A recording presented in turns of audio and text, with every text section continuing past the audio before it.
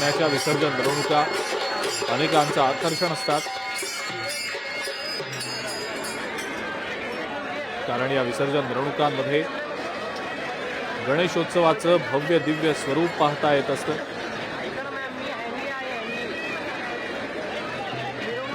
केवळ राज्यातच नाही तर देशभरातनं मोठ्या संख्येनं भाविक गणेश भक्त या विसर्जन मिरवणुका पाहण्यासाठी म्हणून मुंबई आणि पुण्यामध्ये दाखल होत असतात। राज्यातल्या महत्त्वाच्या शहरांमधल्या ज्या विसर्जन मिरवणुका आहेत त्या विसर्जन मिरवणुकांचं आपलं आपलं असं वेगळं वैशिष्ट्य आहे।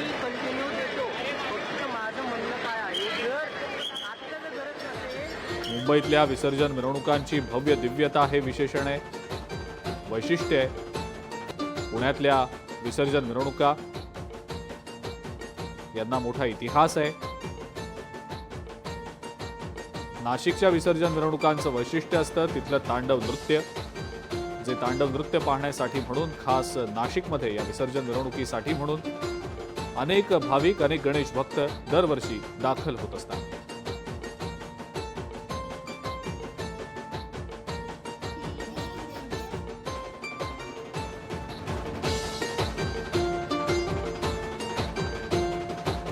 तीन दृश्य राज्यातल्या 3 शहरांमधली ज्या ठिकाणी विसर्जन मिरवणुका या अनेक भाविक भक्तांचं आकर्षण ठरत असतात। जसं मी मगाशी म्हटलं तसं मुंबईत विसर्जन मिरवणुकांची भव्य दिव्यता पाहता येत असते। हजारोच नाही तर लाखोंच्या संख्येनं भाविक मुंबईतल्या या विसर्जन मिरवणुका पाहण्यासाठी येत असतात। पुण्यामध्ये सुद्धा इतिहास परंपरा जपत ढोल ताशांच्या गजरात पारंपरिक वाद्यांच्या गजरात विसर्जन मिरवणुका निघत असतात। तर नाशिकमधलं तांडव नृत्य या नाशिकमधल्या विसर्जन मिरवणुकांचं वैशिष्ट्य असतं। मुंबईतल्या गिरगाव चौपाटीवर आता या गणेश विसर्जनाला वेग आल्याचं पाहायला मिळतंय। गिरगाव चौपाटीवरनं अपडेट्स आपण थोड्याच वेळात जाणून घेणार आहोत। आपल्या सोबत आपले प्रतिनिधी भूषण शिंदे आहेत। भूषण, गिरगाव चौपाटीवर आता अंधार तर पडलेलाच आहे आणि हळूहळू विसर्जनाचा वेग देखील वाढतोय की काय असं दिसतंय। असंख्य गणेश मूर्ती आतापर्यंत विसर्जनासाठी तिथे दाखल झालेल्या आहेत आणि आजची रात्र कदाचित उद्याची सकाळ सुद्धा हे विसर्जन असंच अखंडपणे सुरू राहणार आहे। भूषण, काय सध्याची स्थिती आहे तिथली?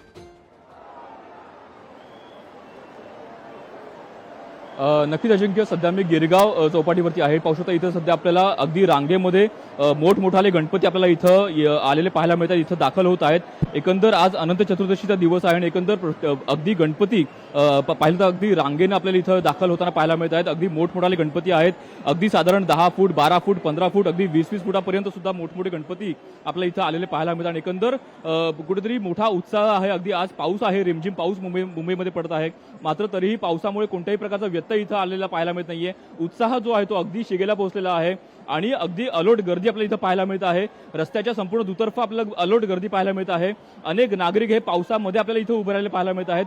अगदी दुरून इथे नागरिक येत असतात, इथे गणेश भक्त येत असतात आणि बाप्पाचं दर्शन घेत असतात। अशा प्रकारे संपूर्ण इथं आपल्याला इथं गर्दी पाहायला मिळत आहे। एकंदर अगदी उद्या सकाळपर्यंत अगदी सकाळी 7 ते 8 वाजेपर्यंत आपल्याला विसर्जनची जी रांग आहे ती आपल्याला होताना पाहायला मिळते आणि एकंदर अनेक गणपती इथं येत असतात, रांगेने इथं विसर्जन करत असतात। अशा प्रकारे इथलं नियोजन आहे।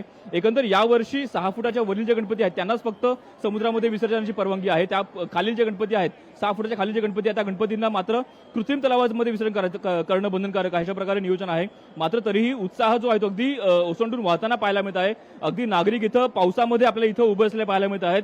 बाप्पाची एक झलक पाहण्यासाठी, बाप्पाचा एक फोटो आपल्या मोबाईलमध्ये टिपण्यासाठी इथे नागरिक गर्दी करत आहेत आणि एकंदर पावसाची तमा न बाळगता कोणत्याही प्रकारचे पाऊस असेल किंवा गर्दी असेल किंवा एकंदर अगदी पाहिलं तर कुठेतरी दाटीवाटीने इथं लोक इथं उभी आहेत, मात्र तरीही बाप्पाचं दर्शन घेण्यासाठी इथं आपल्याला इथं मोठा उत्साह पाहायला मिळत आहे आणि एकंदर अनेक गणपती इथं मोठमोठ्या गणपती इथं येत आहेत, गिरगाव दाखल होत आहेत आणि अशा प्रकारे संपूर्ण विसर्जनाची जी जो विसर्जन सोहळा आहे तो आपल्याला इथं पूर्ण होताना पाहायला मिळत आणि एकंदर अगदी उद्या सकाळपर्यंत सकाळी 7 ते 8 वाजेपर्यंत संपूर्ण सोहळा जो आहे तो आपला होताना पाहायला मिळणार आहे। अजिंक्य, ठीक आहे भूषण, अपडेट्स तुमच्याकडनं घेतच राहू. तुर्तास आपण जी माहिती दिली त्याबद्दल आभार.